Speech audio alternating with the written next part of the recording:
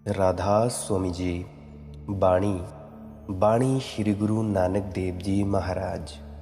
आज की सत्संग वीडियो का विषय है, हमारी जिंदगी में दुखों और भुखमरी के पहाड़ क्यों टूट पड़ते हैं। बाणी है, केत्या दुख भूख सदमार, एही भी दात तेरी दातार। इस शब्द में गुरु नानक देव जी कह रहे हैं, कितने ही ऐसे हैं जिन पर सदा दुख और भूख की मार पड़ती रहती है। क्यों पड़ती है? ताकि उन्हें स्मरण आ जाए उस परमात्मा का। अब ये सवाल उठता है कि दुख आते क्यों हैं। वैसे तो मैंने कई दफ़ा पिछली वीडियोस में ये बताया है कि दुख क्यों आते हैं, किनके कारण आते हैं। आज थोड़ा और डीपली गहनतम गहराइयों में जाने की चेष्टा करते हैं। देखें, खुद की ही मांगों के कारण दुख की मार पड़ती रहती है, फिर भी हम जागते नहीं। हम जो मांगते हैं उसी से दुख पाते हैं।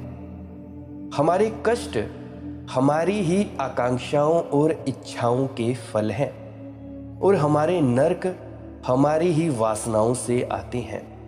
पर हम संबंध ही नहीं जोड़ते, हम दोनों को अलग ही करके देखते हैं। तुम सदा सुख मांगते हो, लेकिन कभी तुमने ये नहीं देखा कि तुम्हारी सारी वासनाएं तुम्हें दुख में ले जाती हैं। और फिर भी तुम कहते हो सुख क्यों नहीं मिलता। जैसे कोई आदमी सूरज की तरफ पीठ करके चलता हो और कहता हो कि मुझे प्रकाश क्यों नहीं मिलता, सूरज के दर्शन क्यों नहीं होते। सूरज के दर्शन तो अभी हो सकते हैं, लेकिन वासना में जाता हुआ चित्त दुख में जाएगा, नरक में जाएगा, अंधेरे में जाएगा। और तुम्हारी सारी अरदासें और प्रार्थनाएं भी तुम वासनाओं में ही रंग लेते हो। तुम्हारी सारी प्रार्थनाएं हैं क्या? तुम्हारी अरदासें हैं क्या? वासनाओं के रंग में ही तो रंगी हुई है। भक्त अपनी वासना को भी परमात्मा के प्रति समर्पित करता है। तुम अपनी प्रार्थना को भी अपनी वासना की सेवा में लगा देते हो। परमात्मा ये दे दे, वो दे दे, पैसा दे दे, गाड़ी दे दे, दौलत दे दे, शोहरत दे दे। तो ये चीजें हैं क्या?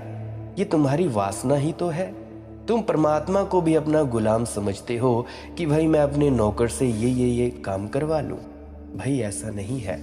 परमात्मा देता है, तुम लेते थक जाओगे। तो गुरु नानक देव जी कहते हैं, कितने ही ऐसे हैं जिन पर दुख की मार पड़ी रहती है, फिर भी जागते नहीं। कितने जन्मों से तुम पर दुख की मार पड़ रही है। नहीं, बुद्ध का हिसाब ठीक नहीं है। घोड़े चार तरह के होते हैं। एक, जिनको मारो तो भी इंच नहीं हिलते, जिनको मार मार कर मार डालो, असली अड़ियल घोड़े, वे हटते ही नहीं। तुम जितना मारो उतनी मजबूती से वे रुक जाते हैं, क्योंकि कितने दुख ही मार पड़ रही है, कितने दुखों के पहाड़ टूट रहे हैं। फिर भी तुम सचेत नहीं होते, जागृत नहीं होते, तुम जगते नहीं, तुम झेले चले जाते हो। तुम आदी हो गए हो इस दुख को झेलने के। तुम धीरे धीरे तुमने मान ही लिया है दुख ही जीवन का ढंग है। तुम भूल ही गए हो जीवन परमानंद है, जीवन परम उत्सव है। और अगर तुम दुखी हो तो अपनी किस भूल के कारण हो। हे दाता, ये भी तेरे ही दान है, गुरु नानक देव जी कहते हैं। गुरु नानक देव जी कहते हैं, ये भी तेरे ही दान है। लोग मांगते हैं और तू दिए चला जाता है। ध्यान रखना, तुमने अगर गलत मांगा तो गलत भी मिल जाएगा, क्योंकि अस्तित्व तुम्हें देने को बेशर्त राजी है। तुमने अगर गलत मांगा तो गलत भी मिल जाएगा, क्योंकि परमात्मा देता है और तुम्हारी स्वतंत्रता में कोई बाधा नहीं डालता। तुमने अगर भटकाओ मांगा तो भटकाओ मिल जाता है। इसे थोड़ा समझें, क्योंकि ये इंपॉर्टेंट टॉपिक है। जरा शांतमय माहौल में बैठे, क्योंकि इससे एक सवाल उठता है कि परमात्मा तो जानता है कि क्या गलत है। हम गलत मांगते हो, वह गलत क्यों दे? अगर परमात्मा तुम्हारी मांग को पूरी ना करे तो तुम्हारी स्वतंत्रता समाप्त हो जाती है। तब तुम धांगों से बदी कठपुतलियां हो जाते हो, तुम एक कठपुतली की तरह हो जाते हो। फिर वह जो चाहे वह तुम्हें दे, तुम्हारी मांग की भी स्वतंत्रता न रह जाए। तब भी मनुष्य की सारी गरिमा खो जाती है। मनुष्य की गरिमा यही है, वह गलत भी जा सकता है सही जाना चाहे सही भी जा सकता है, गलत जाना चाहे गलत जा सकता है। स्वतंत्रता की संभावना है। तुम बिल्कुल जकड़े नहीं हो जंजीरों में। तुम्हें सचेतन अवसर है चुनाव का, चॉइस का तुम्हें अवसर है। तुम जाना चाहो जाओ। तुम्हें परमात्मा कहीं से अवरोध नहीं देता। वह तुम्हारा विरोध नहीं करता। वह तुम्हारे बीच में खड़ा नहीं होता। वह सब तरफ से तुम्हें मार्ग देता है, रास्ता देता है। सब तरफ दिशाएं खुली हुई हैं। तुम चाहो तो गिर जाओ आखिरी नरक तक, तो भी वह तुम्हें रोकेगा नहीं। तुम चाहो तो उठ जाओ आखिरी स्वर्ग तक, तो भी वह तुम्हें रोकेगा नहीं। हर हालत में उसकी शक्ति तुम्हें मिलती रहेगी। उसका दान बेशर्त है और उसके दान में तुम्हें प्रतंत्र बनाने की चेष्टा नहीं है। वह तुम्हें देता है और तुम जैसा भी उपयोग करना चाहो कर लो। उदाहरण के लिए तुम्हें आग दी है, बुद्धि दी कि तुम आग पैदा कर लो। तुम उस आग से चाहे किसी का घर जला दो, चाहे जंगलों में आग लगा दो, चाहे तुम उस आग के माध्यम से अपना भोजन पका लो। ये तुम पर है। तुम जैसा इसका उपयोग करना चाहो कर लो। परंतु अगर तुमने आग का गलत उपयोग किया, उसका फल भी तुम्हें भुगतना पड़ेगा। अच्छा उपयोग किया, उसका फल भी तुम्हें ही भुगतना पड़ेगा। इसलिए तो गुरु नानक देव जी कहते हैं, हे दाता, ये भी तेरे ही दान है। बंधन और मुक्ति तेरी ही आज्ञा से होते हैं। लेकिन मांगते हम हैं। हम बंधन मांगते हैं तो बंधन घट जाता है। आज्ञा उसकी है, हुक्म उसका है, कानून उसका है, नियम उसका है, रूल्स एंड रेगुलेशंस उसके हैं। जैसे तुम वृक्ष पर चढ़ जाओ और कूद पड़ो तो हड्डी टूट जाएगी। तो जमीन का गुरुत्वाकर्षण तुम्हें संभालता था और गिरने नहीं देता था, और वही गुरुत्वाकर्षण हड्डी टूटने का कारण हो जाएगा। तुम जमीन पर सीधे चलो, गुरुत्वाकर्षण तुम्हारे चलने में सहारा देता है। तुम इर्छे तिरछे चलो तो गिर जाते हो, फ्रैक्चर हो जाता है। शक्ति वही है। शक्ति निरपेक्ष है, तटस्थ है। परमात्मा बिल्कुल निरपेक्ष और तटस्थ है। तुम अगर ठीक से उपयोग कर लो तो तुम परम अनुभव को उपलब्ध हो जाते हो। तुम अगर गलत भटको तो तुम जीवन के गहन से गहन गर्त में गिर जाते हो। गुरु नानक देव जी कहते हैं, सब तुझसे ही मिलता है, स्वर्ग भी नरक भी, लेकिन मांग हमारी है पीछे। गौर फरमाना कि होता उससे है, परंतु मांग उसमें हमारी है। कानून तेरा काम करता है, लेकिन हम मांग मांग कर खुद फंस जाते हैं। मैंने सुना है कि एक राजनीतिज्ञ मरा। बड़ा नेता था और बड़ा होशियार आदमी था, पुराना खिलाड़ी था और सब तरह के दाव पेच जानता था। जब वह स्वर्ग के द्वार पर पहुंचा तो उसने कहा कि पहले मैं स्वर्ग और नरक दोनों देख लेना चाहता हूं, फिर मैं चुनाव करूंगा कि कहां रहना है। स्वर्ग दिखाया गया। उसे स्वर्ग थोड़ा उदास लगा। राजनीतिज्ञ था, दिल्ली में रहने का आदी था। स्वर्ग जरा उदास लगा। जो लोग सदा उत्तेजना में रहे हैं उन्हें स्वर्ग उदास लगेगा ही, क्योंकि वहां लोग शांत थे। ना कोई शोरगुल था, ना कोई उपद्रव था। कहानी है, ना कोई झगड़ा झांसा था, ना कोई आंदोलन हो रहा था, ना कोई घेराव हो रहा था, कुछ भी नहीं हो रहा था। उसने पूछा, अखबार? तो कहा गया, अखबार यहाँ छपता नहीं, क्योंकि अखबार तभी छपे जब कोई खबर हो, जब कोई समाचार हो। समाचार ही कुछ नहीं है, यहाँ बस सब शांति है। समाचार का मतलब ही उपद्रव होता है। कुछ उपद्रव हो तो समाचार। तुम अगर समाचार बनाना चाहो तो कुछ उपद्रव करो, तुम समाचार बन जाओगे। खाली बैठे रहो, अपने झाड़ के नीचे बुद्ध बने, कोई समाचार नहीं है। मेरा भी न्यूज़ चैनल है, तो उसमें भी कुछ ना कुछ डेली घटनाओं को बताना पड़ता है, क्योंकि अगर सभी तरफ शांत हो जाए तो खबरों में बताएंगे क्या, क्या खाक बताएंगे। तो उसने कहा, ये तो बड़ा उदास उदास सा, फीका फीका सा लगता है स्वर्ग। मैं नर्क भी देख लेना चाहता हूँ। पहुंचा नर्क, जंचा बहुत, दिल्ली को भी मात करता था। कई अखबार छपते थे, बड़े आंदोलन, बड़ा शोरगुल, बड़ी रौनक चहल पहल, होटलें, संगीत, बाजे, वह जंचा। उसने कहा कि ये बात जंचती है, लेकिन हम तो सदा पृथ्वी पर उल्टा ही सुनते रहे कि स्वर्ग में बड़ा आनंद है और नरक में बड़ा कष्ट है। ये हालत उल्टी है। शैतान ने कहा, जो कि द्वार पर स्वागत करने आया था, कि मामला क्या है? पृथ्वी पर तो लोग उल्टा ही समझ बैठे हैं। मैं भी अगर चुपचाप स्वीकार कर लेता तो स्वर्ग में फंस जाता। हम तो जो मरता है उसको कहते हैं स्वर्गवासी हुआ।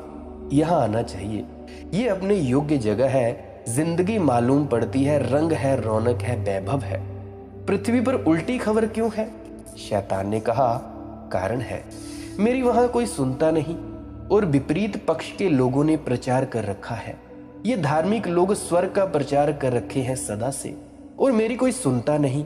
और मैं अगर किसी को भी कहूं तो लोग कहते हैं कि शैतान है, सावधान।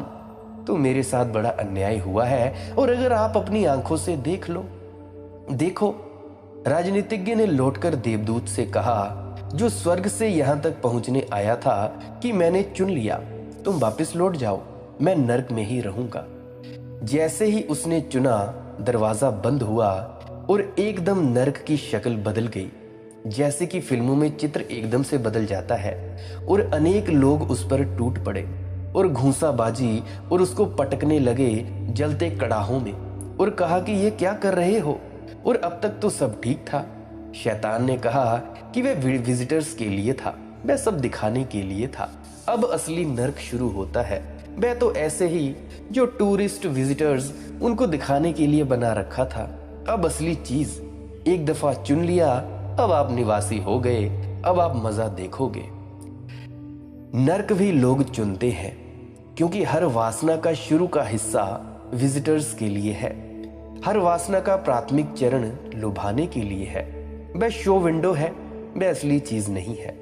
वह सिर्फ प्रलोभन है, वह विज्ञापन है। एक बार चुन ली वासना, फिर असली नर्क शुरू होता है।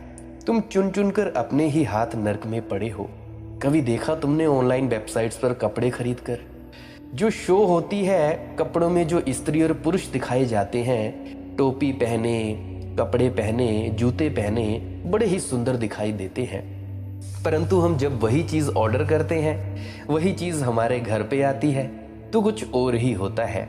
ऐसे ही ये एक शो पीस होता है, दिखाने के लिए। और स्वर्ग शुरू में बेरौनक है, क्योंकि आनंद शुरू में बेरौनक होगा ही, क्योंकि आनंद परम शांति है। और दुख शुरू में बड़ा रंग रौनक वाला मालूम पड़ता है, क्योंकि उत्तेजना है। तुम उत्तेजना को चुनते हो, दुख पाते हो। जिस दिन तुम शांति को चुनोगे, उस दिन तुम आनंद पाओगे। मैंने देखा कि मेरे एक रिश्तेदार आए मेरे घर पे। अब मेरे घर पे रोज रोज लड़ाइयाँ तो होती नहीं, बड़ी शांति है, बड़ा शांतमय माहौल है। कोई जोर से ऊंची आवाज में बात नहीं करता। बोला ही कहाँ जाता है मेरे घर वालों से, मेरे से भी नहीं बोला जाता। तो वो रहने आए मेरे रिश्तेदार मेरे घर पे। कहते तो थे कि भाई हफ्ता रहूंगा मनदीप तेरे घर में। मैंने कहा ठीक है जी, आ जाना। तो जब वे आए तो यहाँ की शांति देखकर बड़ा उनका दिल घबराया, उनका चित्त न लगे। कभी एक कमरे से दूसरे कमरे में, कभी यहाँ से आंगन में, आंगन से हमारे खेतों में, खेतों से फिर आंगन में। मैंने पूछा भाई क्या हुआ? कहने लगे कि वही यहाँ मेरा दिल नहीं लगता। मैंने पूछा भाई क्यों? कहते यहाँ कोई उथल पुथल नहीं है, शोरगुल नहीं है, रौनक नहीं है। अरे भाई तुम जहाँ रहते हो, मैंने कहा कि जहाँ तुम रहते हो वहाँ रोज लड़ाइयाँ होती हैं, तुम्हारे आस पड़ोस में, तुम्हारे घर में हर रोज लोग ऊंची आवाजों में बातें करते हैं, तो तुम्हें ये जगह जचेगी नहीं। तो मैं कहता हूँ कि वो सिर्फ 5 से 6 घंटे ही मेरे घर में रहे, फिर वो लौट गए अपने घर में। रहने तो आए थे 7 दिन, परंतु लौट गए सिर्फ 6 घंटों में। होता सब उसके हुक्म से है, उसके कानून से, लेकिन उसका कानून तुम जैसी मांग करते हो वैसा ही तुम्हारे अनुकूल ढल जाता है। वह तटस्थ है, वह अपनी मांग को तुम्हारे ऊपर नहीं थोपता, और थोप भी दे तो भी तुम राजी ना होगे, क्योंकि स्वर्ग अगर तुम्हें जबरदस्ती दे दिया जाए तो नर्क से भी बदतर मालूम पड़ेगा, जैसे मेरे रिश्तेदार को मालूम पड़ा। नर्क भी तुम अपनी मौज से चुनो तो स्वर्ग है, क्योंकि तुम्हारी स्वतंत्रता अक्षुण्ण रहनी चाहिए। ये एक बारीक से बारीक सवाल है मनुष्य के दर्शन शास्त्र का, कि परमात्मा और मनुष्य की स्वतंत्रता साथ साथ कैसे हो सकती है।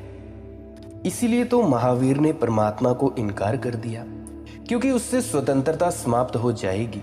अगर सब उसी के हुक्म से हो रहा है तो आदमी की स्वतंत्रता का अंत हो गया, और जब स्वतंत्रता न रही तो आत्मा का क्या मूल्य।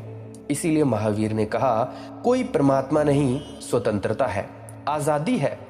ऐसे लोग हुए जिन्होंने कहा कि कोई स्वतंत्रता नहीं है, भाग्य है। परमात्मा है, कोई स्वतंत्रता नहीं है। गुरु नानक देव जी दोनों के मध्य में है। वे कहते हैं मनुष्य की स्वतंत्रता है और परमात्मा भी है। स्वतंत्रता मांग की है, तुम जो चाहो मांगो, उसके लिए प्रयास करो, वह मिलेगा। लेकिन मिलता परमात्मा की अनुकंपा से है। दुख मांगो तो भी मिल जाता है। अब ये बड़े मजे की बात है कि तुम दुख क्यों मांगे चले जाते हो, कारण क्या है। और अगर तुम ही सुख नहीं मांग रहे हो तो परमात्मा लाख उपाय करे तुम्हें सुख नहीं दे सकता। ऐसा हुआ, सूफी फकीर जुन्नैद हुआ। वह कहता था, किसी को जबरदस्ती सुख नहीं दिया जा सकता, किसी को जबरदस्ती शांति नहीं दी जा सकती। मैं भी राजी हूं। बहुत लोगों को मैंने भी कोशिश करते देख ली कि जबरदस्ती भी दे दो, असंभव है। तुम जितना देने की जबरदस्ती करोगे उतना आदमी चौंक कर भागता ही कि खतरा है। आनंद भी नहीं दे सकते किसी को, क्योंकि कोई लेने को राजी नहीं है। तो एक दिन एक भक्त ने कहा कि यह बात मैं नहीं मान सकता, तो हम एक प्रयोग करें।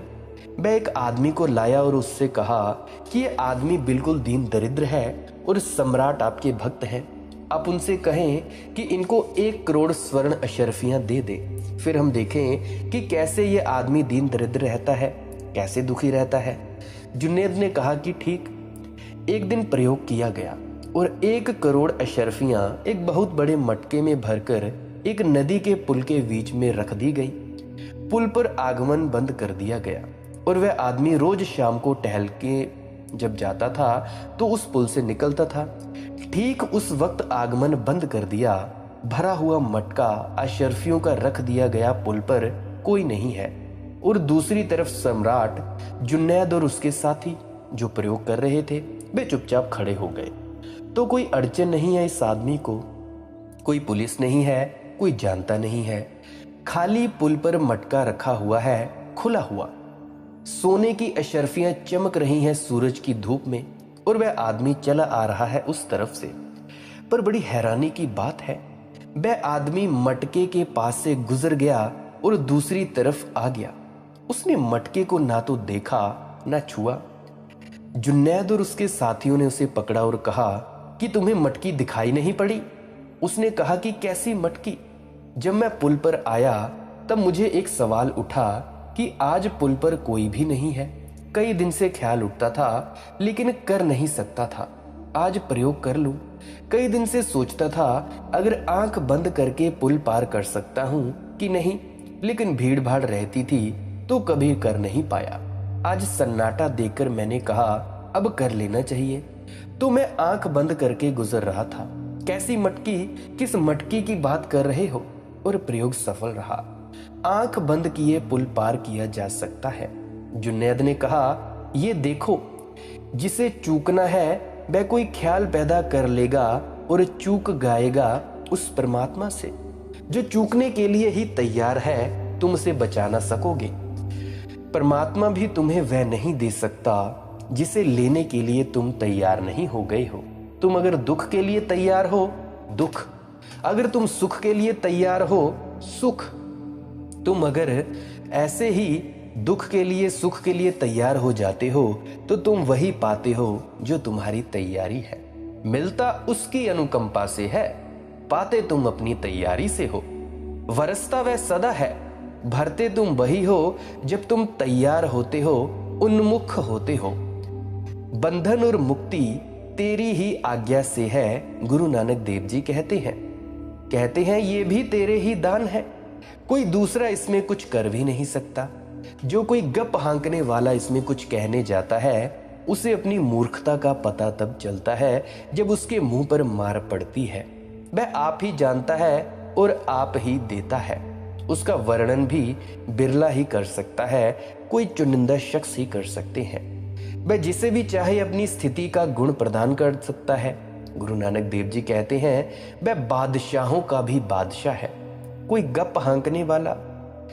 बहुत है धर्म के जगत में गप हांकने वाले, क्योंकि जितनी सुविधा गप हांकने और धर्म के जगत में है उतनी और कहीं नहीं है, क्योंकि सारा मामला ही अलौकिक है और सारा मामला ही रहस्यपूर्ण है और सारा मामला अंधकार में है। प्रमाण तो कुछ है नहीं, इसीलिए बहुत गप्पें धर्म के नाम पर चलती हैं। इसीलिए तो दुनिया में 300 तक धर्म है, नहीं तो 300 धर्म हो सकते हैं। धर्म होता तो एक ही होता, 300 धर्म कैसे हो सकते हैं? और इन 300 धर्मों के भी 3000 संप्रदाय हैं छोटे मोटे। निश्चित ही सत्य के संबंध में बहुत ही गप्पे हांकी गई हैं और रास्ता तो कुछ भी नहीं है जांचने का कि क्या गप है और क्या सही है, और गप हांकने वाले बहुत कुशल हैं। महावीर 7 नरकों की बात करते हैं कि 7 नरक हैं। कैसे प्रमाण लाओगे, कैसे पता लगाओगे कि 7 हैं? महावीर का विरोधी था मखली गोसाल नाम का एक आदमी था। जब उसके शिष्यों ने उससे जाकर कहा कि तुम्हें भी पता है कि महावीर कहते हैं 7 नरक है, उसने कहा महावीर को पूरा पता नहीं, नरक 700 है। अब क्या करोगे? ये मखली गोसाल ठीक कहता है कि महावीर ठीक कहते हैं। रास्ता क्या है दोनों के बीच तय करने का कि कौन सही है? लेकिन वही हुआ जो गुरु नानक देव जी कहते हैं। मखली गोसाल के जीवन में वही हुआ। उसने जीवन भर गप्पे हांकी, मरते वक्त पछताया, क्योंकि जब मौत करीब आई तब वह घबराया कि अब क्या होगा। जब मौत करीब आई तब वह कंपने लगा।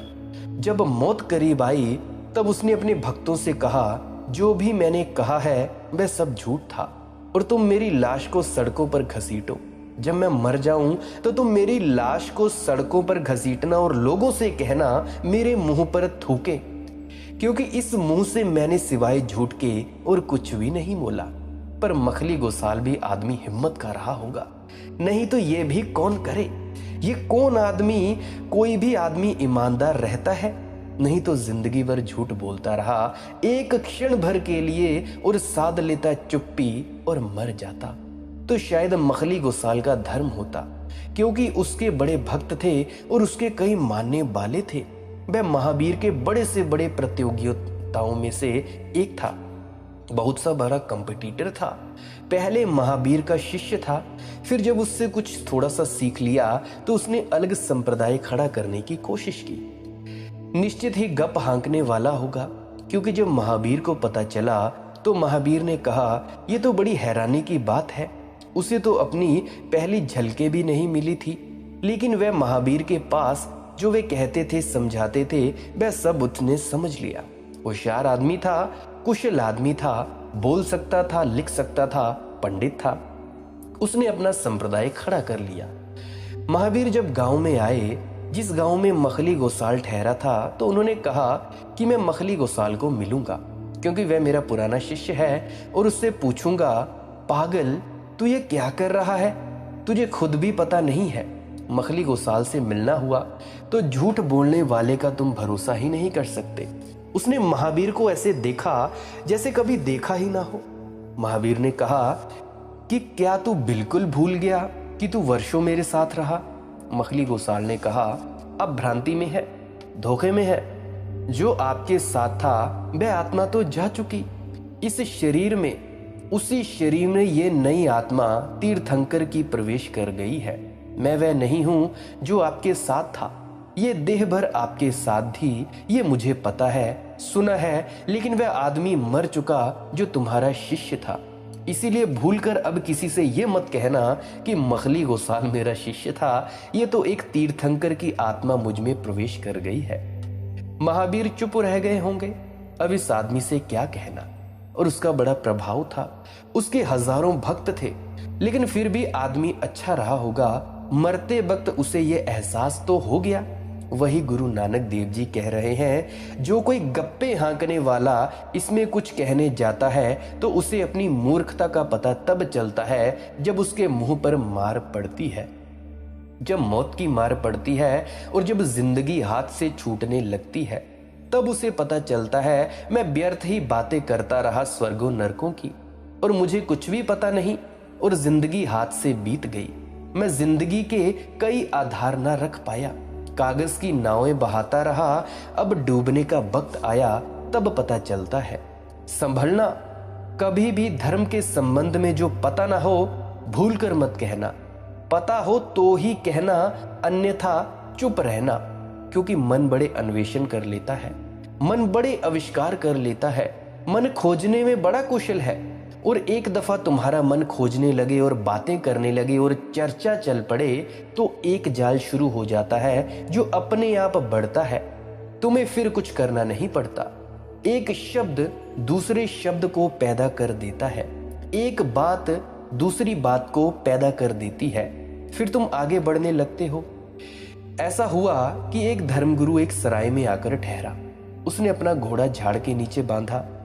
लाला झंडूराम ये देख रहा था। घोड़ा बड़ा प्यारा था और बड़ा कीमती था और धर्मगुरु प्रसिद्ध था और अपने घोड़े से उसका बड़ा लगाव था।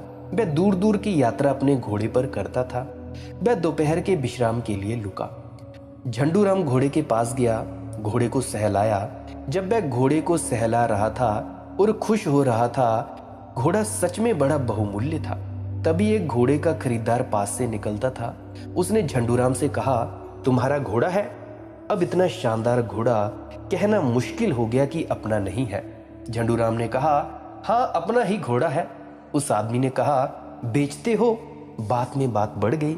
झंडूराम ने कहा, क्या खरीदने की हिम्मत है तुझमें? 1000 रुपए का घोड़ा था। झंडूराम ने 2000 रुपए दाम मांगे। ना कोई देगा ना कोई बात उठेगी, बात खत्म हो जाएगी। वह आदमी 2000 देने को तैयार हो गया। अब बात यहां तक बढ़ गई कि पीछे लौटना मुश्किल हो गया, तो उसने बेच दिया। फिर उसने सोचा, ऐसा कुछ हर्जा भी क्या है, 2000 मुफ्त हाथ लग रहे हैं और धर्मगुरु सोया हुआ है। वह जब 2000 गिनकर खीसे में रख ही रहा था, खरीदार तो घोड़ा लेकर जा चुका। धर्मगुरु बाहर आया, भागने का मौका ना मिला तो रुपए तो उसके खीसे में रख लिए। अब क्या करे, कुछ सूझा नहीं। जो जहां घोड़ा खड़ा था वहां घोड़े की रस्सी अपने गले में डालकर और घास का एक टुकड़ा मुंह में लेकर खड़ा हो गया। धर्मगुरु खुद भी बहुत घबराया। देखी उसने ये हालत तो उसके भी हाथ पैर कंप गए कि ये क्या हुआ क्या, मामला क्या है। उसने कहा, भाई ये क्या कर रहे हो, बात क्या है? झंडूराम ने कहा, अब आपसे क्या छुपाना, सच बात कह दूं तो आप सुने। उस धर्मगुरु ने कहा कि मुझे तुम्हारी सच बात जानने की कोई प्रयोजन नहीं। मैं ये पूछता हूं कि वह मेरा घोड़ा कहाँ है, क्योंकि तुम तो मुझे आदमी पागल मालूम पड़ते हो। मेरा घोड़ा कहाँ है? झंडूराम ने कहा, आपके घोड़े की बात और मेरी बात दो अलग अलग बातें नहीं है। मैं ही आपका घोड़ा हूं। धर्मगुरु ने कहा, ये तुम क्या कह रहे हो, होश में हो? शराब तो नहीं पिए हो? क्या मामला है? झंडूराम ने कहा कि आप पूरी कहानी सुन ले। 20 साल पहले एक स्त्री के साथ मैंने व्यभिचार किया, पाप किया। परमात्मा बहुत नाराज हो गया और उसने गुस्से में मुझे घोड़ा बना दिया, आपका घोड़ा। ऐसा मालूम होता है कि मेरा दंड पूरा हो गया है और मैं वापस आदमी हो गया हूँ। मेरा नाम लाला झंडूराम है। धर्मगुरु भी घबरा गया। परमात्मा की ऐसी नाराजगी की आदमी को घोड़ा बना दिया। एकदम घुटने पर टिक गया, खुद भी परमात्मा से प्रार्थना की और उसने क्षमा मांगी कि पाप तो मैंने भी बहुत किए हैं, मगर दया कर तेरी अनुकंपा का सहारा मांगता हूँ। फिर उसने झंडूराम से कहा, भाई ये तो ठीक है, अब मुझे आगे जाना है। अब जो हुआ सो हुआ। तुम अपने घर जाओ और मैं बाजार जाकर घोड़ा खरीद लूं। वह बाजार गया तो घोड़ा बेचने वाले की दुकान पर उसने अपने घोड़े को खड़ा पाया तो और उसकी छाती घबरा गई। वह पास गया घोड़े के और कान में बोला, झंडूराम फिर से इतनी जल्दी? एक दफा मन शुरू कर दे झूठ तो जैसे झाड़ों के पत्ते लगते हैं ना, ऐसे ही झूठ में और झूठ लगते जाते हैं। एक झूठ को बताना हो तो फिर 1000 झूठ बोलने पड़ते हैं। फिर झूठ इतने हो जाते हैं कि तुम भूल ही जाते हो कि वे झूठ है। फिर बार बार बोलने से वे सच जैसे मालूम पड़ते हैं। फिर तुम झूठ से सम्मोहित हो जाते हो और हजारों ऐसे झूठ हैं जो प्रचलित हैं, जिनका कोई सत्य से संबंध नहीं है और धर्म के संबंध में सबसे ज्यादा आसानी है, क्योंकि वहां कोई परीक्षण का उपाय नहीं है, कोई प्रयोगशाला नहीं जिनमें जांच हो सके। कौन सही है इसके निर्णय का कोई आधार नहीं। धर्म तो भरोसे पर जीता है, वहां कोई वैज्ञानिक प्रशिक्षण तो होता नहीं। इसीलिए याद रखना, अन्यथा पछताओगे। एक शब्द भी झूठ मत बोलना। धर्म के जगत में झूठ बोलने की मन की बड़ी गहरी आदत है। मेरे पास लोग आते हैं, कॉल करते हैं, कहते हैं कि हम 10 साल से विपश्यना कर रहे हैं, बौद्ध ध्यान कर रहे हैं। मैं उनसे पूछता हूं कि कुछ हुआ, और उनके चेहरे पर तत्क्षण भाव आ जाता है कि कुछ नहीं हुआ। लेकिन वे कहते हैं कि हाँ, बहुत कुछ हो रहा है, कई अनुभव हो रहे हैं। अब मैं उनका चेहरा देख रहा हूं, कुछ भी नहीं हुआ है। कहते हैं अनुभव हो रहा है, फिर थोड़ी देर बाद यहाँ बात की बात करके यहाँ वहां की मैं पूछता हूं उनसे कि सच सच कहो, कुछ हुआ? अगर हुआ हो तो फिर मुझसे बात करने की कोई जरूरत नहीं, आगे बढ़ो। अगर ना हुआ हो तो पहले तो ये पक्का करो कि नहीं हुआ है, तब मैं आगे हाथ लूं। तो वे कहते हैं कि ऐसे अगर आप पूछते हैं तो कुछ हुआ तो नहीं है। अब 2 क्षण पहले ही ये आदमी कहता था बहुत कुछ हो रहा है, क्योंकि ये मानने का ही मन भी नहीं होता कि 10 साल से कुछ कर रहा हूं और कुछ भी नहीं हुआ। मन बड़ा बेईमान है, उससे सावधान रहना।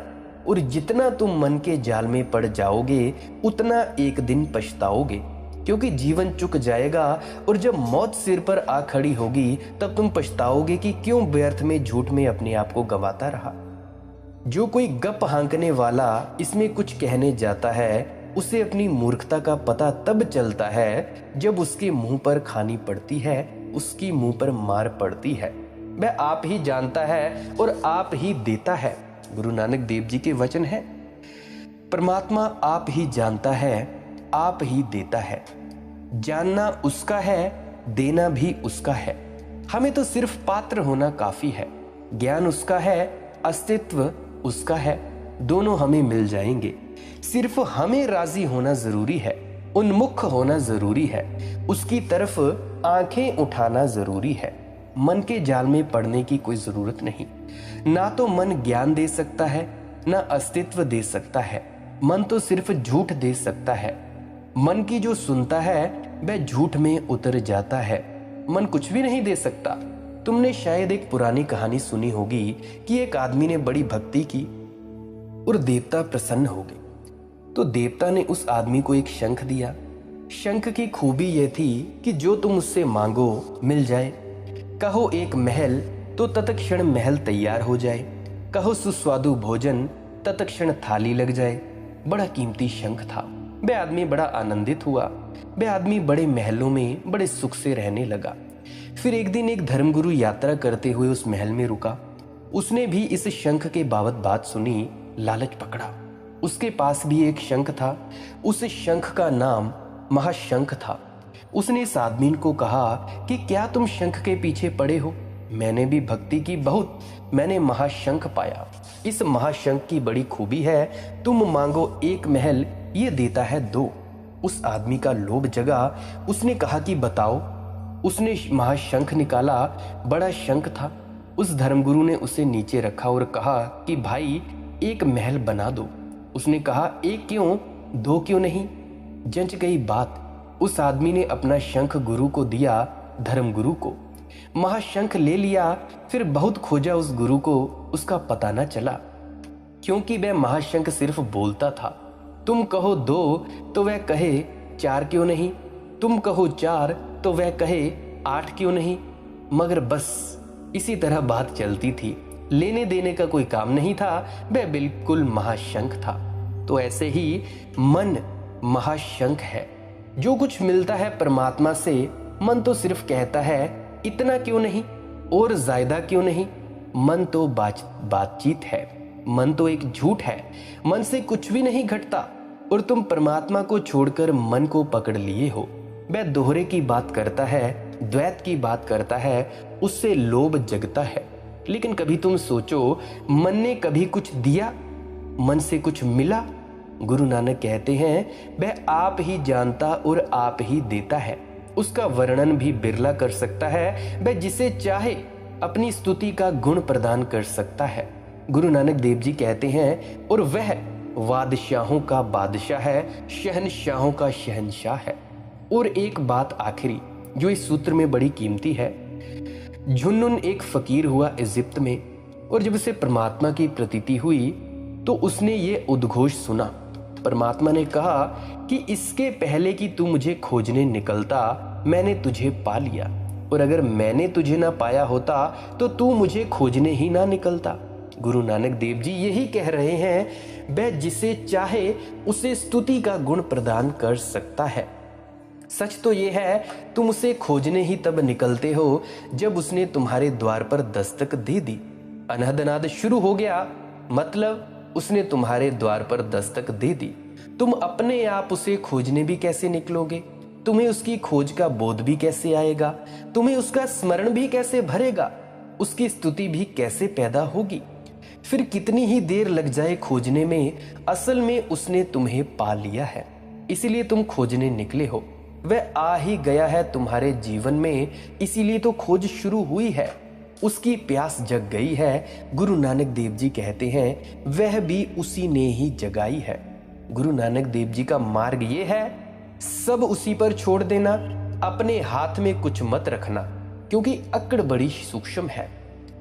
तुम ये भी कहोगे कि मैं खोजी हूं, मैं साधक हूं, मैं जिज्ञासु, मैं मुमुक्षु हूं, मैं परमात्मा की खोज कर रहा हूं। ये मैं कहीं से भी निर्मित ना हो, इसलिए गुरु नानक देव कहते हैं, तेरी मर्जी से ही स्तुति का गुण मिलता है। हम तो तेरी महिमा भी तभी गा सकेंगे जब तू गवाए। तेरे बिना हमसे तेरी स्तुति भी ना हो सकेगी। और तो बात करनी फिजूल है, हम तेरी तरफ आंख भी नहीं उठा सकेंगे अगर तू ही हमारी आंखों को सहारा न दे। हमारे पैर तेरी तरफ न जा सकेंगे अगर तू ही उन्हें उस तरफ न ले जाए। हम तेरी धारणा का, तेरे विचार का भी, तेरा सपना भी ना देख सकेंगे अगर तूने पहले ही हमें चुनना लिया हो। गुरु नानक देव जी इस भांति अहंकार की सारी जड़ काट देते हैं, और जहां अहंकार नहीं वहां उसका द्वार खुला है। जहां अहंकार नहीं वहां ओमकार का नाद अनायास शुरू हो जाता है। तुम्हारे अहंकार के शोरगुल के कारण ही वह धीमी और छोटी आवाज सुनाई नहीं पड़ती, अनाहत नाद शब्द धुन सुनाई नहीं पड़ता। गुरु प्यारी साध संगत जी, आज के लिए बस इतना ही। अगर कोई प्रश्न हो तो टेलीग्राम पे पूछ सकते हो। टेलीग्राम पे मेरा हैंडल है मालिक की मौज सत्संग। कॉल पे भी पूछना चाहते हो तो कॉल पर पूछ सकते हैं, नंबर है 9882558872। और अगर आपको ये वीडियो पसंद आई हो तो आप इसे अपने मित्रों तथा परिजनों तक जरूर साझा करें। क्या पता आपके एक शेयर से उनकी भी आध्यात्मिक अड़चनें दूर हो सकें और आपकी सेवा मालिक के चरणों में प्राप्त हो जाए। अगर आप सब्सक्राइब करने में विश्वास रखते हैं तो सब्सक्राइब भी कर सकते हैं, नहीं तो आप डेली सर्च कर लिया करें मालिक की मौज सत्संग। जो भी लेटेस्ट अपडेटेड सत्संग होगा तो आपको वो मिल जाएगा, कभी भी मिल सकता है। आजकल तो टाइमिंग्स का पता नहीं रहता, सुबह 6 बजे से लेकर 7 बजे तक भी मिल सकता है, दोपहर तक भी, सारे दिन में कभी भी मिल सकता है। तो सारे दिन में सर्च करते रहना मालिक की मौज सत्संग, जो भी लेटेस्ट अपडेटेड सत्संग होगा मिल जाएगा। और एक और आखिरी बात, प्रश्न पूछने से पहले पिछली वीडियोस अवश्य सुन लिया करें। क्या पता आपके प्रश्नों के जवाब पिछली वीडियोस में मैंने दिए हों, तो उनको जरूर सुन लिया करें। आपने इतना वक्त दिया, अंत में आपके भीतर बैठे परमात्मा को प्रणाम करता हूँ। मेरा प्रणाम स्वीकार करें। राधा स्वामी जी।